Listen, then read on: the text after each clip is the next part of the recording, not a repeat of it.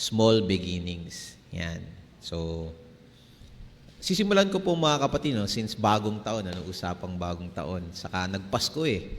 Malamang marami sa atin, may mga bagong kung ano-ano, no? So, sino ba may mga bagong cellphone dito? Ano ba latest na ngayon? Kasi iPhone daw, yan, si Apple, no? Nagsimula yan sa garahe lang ni Steve Jobs, no? Ang una niya lang binebentahan, mga keyboard, mga hobbyist, no? Kumbaga, very niche, maliit lang na grupo yung nabebentahan niya ng mga una niyang ginagawa. Ganoon siya kaliit nagsimula. Ngayon, mga kapatid, kumbaga, makita na natin, no, may idea na tayo sa pag-aaralan natin na ang mga malalaking bagay, di ba? Hindi yan nagsisimula, ang malaki agad. Nagsisimula yan sa maliit. Ang matagal na paghihintay ay nagpapahina ng kalooban. Ngunit ang pangarap na natupad ay may dulot na kasiyahan. O sa ibang translation pa nga po niyan eh, sa English, results to the tree of life. Ibig sabihin, buhay, puno ng buhay.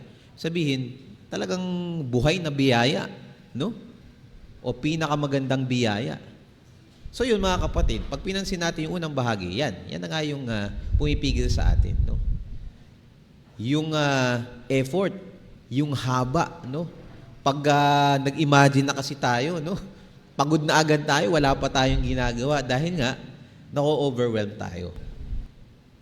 Kailangan natin mag-ready na maging mature, no? At paano nga tayo magmamature, mga kapatid, no? Through challenges, no? Yung mga pagsubok, di ba?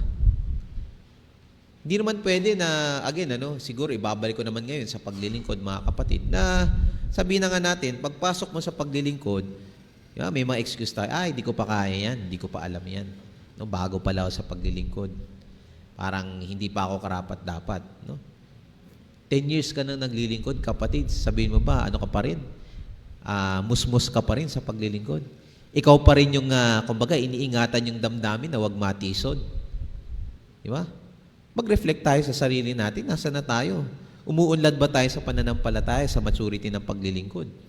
Baka ikaw pa rin yung lead marites na nandito, tagal-tagal mo nang naglilingkod. Ikaw na lang lagi yung nag-iingat yung kapatid na wag masagi yung damdamin. Di ba hindi? Dapat hindi tayo forever na bata. Dapat umuunlad tayo. No? Again, yung example natin sa labas, sa mga bagay na ambisyon natin, pag binalik natin sa ating sarili, sa paglilingkod, o sa mga bagay na gusto nating ma-achieve sa loob ng iglesia, sa mga paglilingkod, di ba? Parang hindi naman tama na forever tayong bata. No? Hindi yun yung nais ng ating Panginoon. At sa buhay na ito, di ba? Sino ba yung mga naging successful? Hindi naging successful. Di ba? Yun nga yung termino, yung mga hindi nagmamature. Kaya ang role ng magulang, di ba?